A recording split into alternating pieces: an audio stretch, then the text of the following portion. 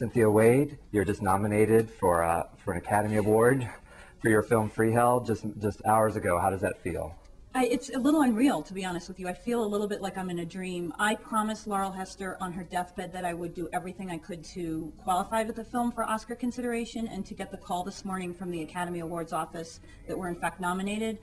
I fulfilled the dream for Laurel, so that feels really good. It's Laurel's more than mine. I mean, I really feel like this is for Laurel. Well, great. Well, congratulations on it. Where were you when you heard about it? How did you find out? I was getting dressed. It wasn't very. I was getting dressed, and they told me they would call me around 7, and it was 6:45, so it was 15 minutes early.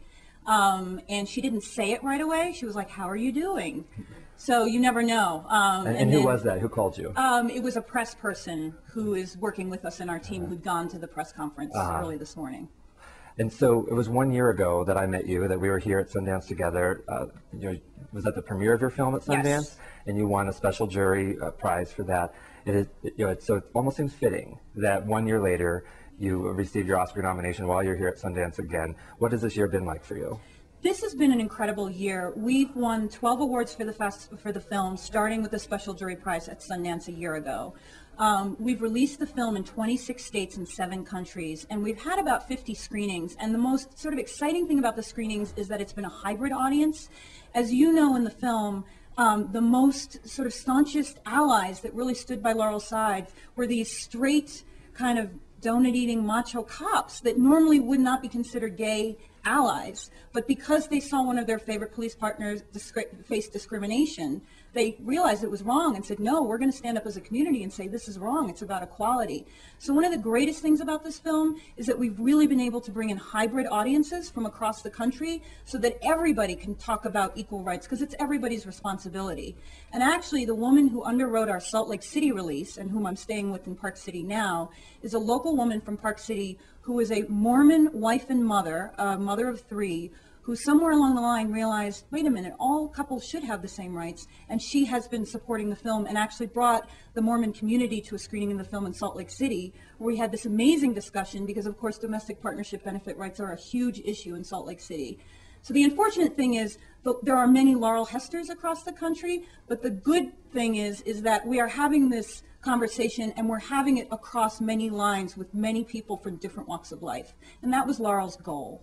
For those of our viewers who may not have seen the movie yet, because it has had limited distribution on its path to the Oscars, tell people briefly what the film is about. Freeheld follows the last 10 weeks of New Jersey police detective Laurel Hester's life. She was dying very rapidly of terminal cancer, and she was racing against the clock to leave her hard-earned police pension to her female life partner. She was told no because they weren't husband and wife. And I am I'm going to out myself now.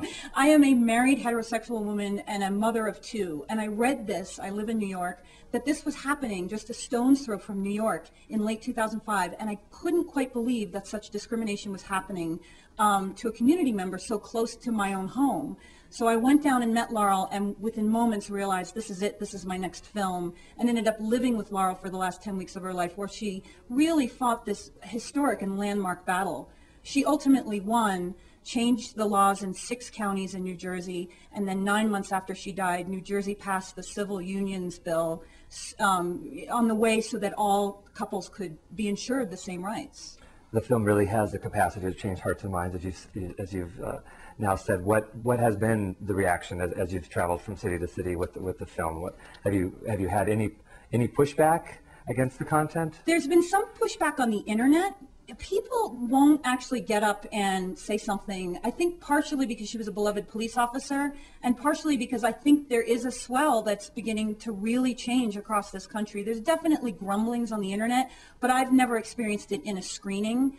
I think the best thing for me is, for instance, one of the best comments I have ever gotten from any audience member was a woman in her 60s from Kansas who really thought about the film and the discussion we had when it was in Kansas City, and emailed me and said, I had no idea as a married woman that I had more than 1,000 rights than a gay and lesbian couple. And clearly she was thinking about it. That's sort of my target audience, is to really hit that demographic so that we can really experience change, particularly in this election year where there will be so many measures of equality for same-sex couples on many state ballots. Now that the nomination has happened, what's next for the film? Well, if there is an Oscar ceremony, I'm going to have to find a dress. And I have 4 weeks to do that. The Oscar strategy is really a tactic in a longer strategy. It's a tool in a longer strategy towards the 2008 elections. There are several states that are really considered breakthrough states where there's going to be major GLBT, there will be laws or bills. Measures on many of those state ballots. And so my hope is, just like with An Inconvenient Truth, sort of bringing the term of global warming to many households in America. Global warming is really known now in many households in America, not because every family in America saw An Inconvenient Truth, but because it was used in the media as a platform so that people could really discuss the issue. So my goal with the Oscar push is to really be able to launch a longer campaign towards the 2008 election so that we can experience real change. That was really what Laurel wanted. And are we looking at television distribution then, or will it screen theatrically? Yes, we had a theatrical release last year in several cities on 35 millimeter. That may get revived. And I'm very much hoping for television. I held back on making any deals last year because I wanted to play chicken a little bit. I just felt like if we could get this Oscar nomination, we would be in a much stronger position for the election year. So now we'll see. Now that it's an Oscar-nominated film, we'll see. But my greatest hope is that it will obviously reach the greatest number of Americans. Yeah, and you've become personally a staunch ally in our fight for LGBT equality. Does it end with this film, or will this continue for you? It will definitely continue for me. I'm a mother of 2 young daughters, and I just have to say that I want them to grow up in a world where all couples are afforded the same rights.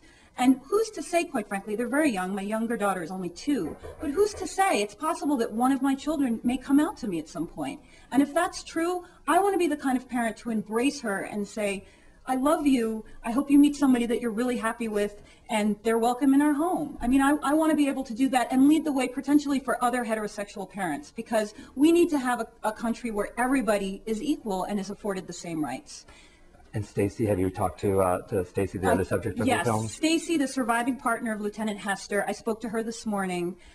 She was in the auto shop where she works. She is an auto mechanic. She leads a very quiet life in New Jersey with her dogs and cats. Because Laurel could leave her pension for Stacy, Stacy was able to keep their house that they bought and renovated together. So Stacy was thrilled, and Stacy said to me, Cynthia, this feels like Laurel. Yeah, very good. And have you heard from anyone else in the movie that were the subjects of the film? Some of them didn't look so good in the movie and came around to a greater way of thinking. I had a great conversation this morning with Dane Wells, who was Laurel's first police partner, who is a self-described very conservative. He voted for Bush twice. He was a Marine. He hunts. I mean, he's sort of like the most unlikely GLBT activist. And he became, in some ways, one of Laurel's staunchest allies. And he even said to me while it was happening, if you told me 2 years ago that I was going to be this, this gay activist, I would have told you were crazy, but equal rights is equal rights. So he was thrilled when I talked to him this morning. Yes. Well, the movie really has done such a great deal already, and in its limited release, it's reached so many people and changed hearts and minds. So thank you for making this film and for all the effort and time you put into it and how it's affected you and your husband and your family as well, because I know it's been a labor of love for you. But thank you and best of luck with the Oscars. Thank you so much. Thank you.